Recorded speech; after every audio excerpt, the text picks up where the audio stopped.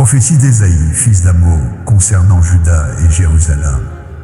Il adviendra, dans la plénitude des temps, que la montagne du temple de Yahweh sera établie au sommet des montagnes, s'élèvera au-dessus des collines, et toutes les nations y afflueront. Des multitudes de peuples s'y rendront en disant, « Venez, montons à la montagne de Yahweh, à la demeure du Dieu de Jacob. Il nous instruira de ses voies, et nous marcherons dans ses sentiers. Car de Sion jaillira la loi, et de Jérusalem la parole de Yahweh. Il sera l'arbitre souverain des nations, le juge d'une multitude de peuples. De leurs glaives, ils forgeront des socs de charrues, et de leurs lances, des serpes.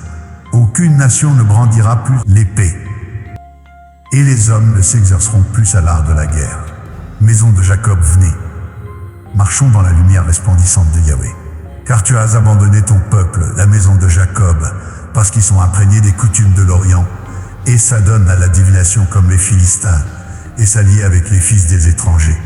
Leurs contrées regorgent d'argent et d'or, et leurs trésors sont sans limite, et leur terre est couverte de coursiers rapides, et leurs chars sont innombrables.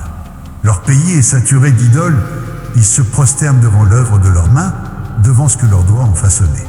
Les humbles seront humiliés, et les puissants abaissés. Tu ne leur accorderas point de pardon.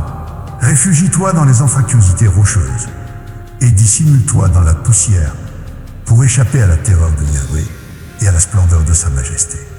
Le regard hautain de l'homme sera abaissé, et l'orgueil des mortels sera humilié.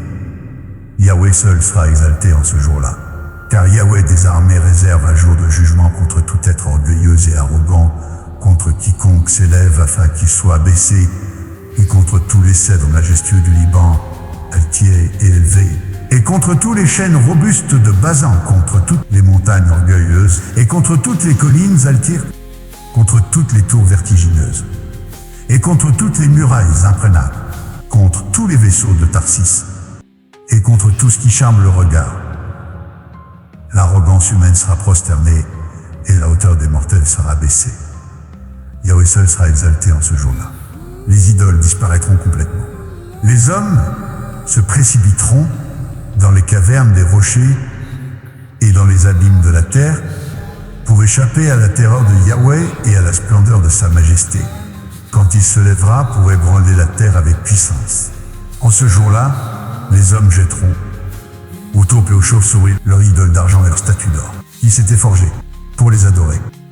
Ils s'engouffreront dans les crevasses des rochers et dans les fissures des falaises pour échapper à la terreur de Yahweh et à la splendeur de sa majesté quand il se lèvera pour ébranler la terre avec puissance. Cessez de placer votre confiance en l'homme dont le souffle vital n'est que dans ses narines. Car quelle valeur a-t-il ?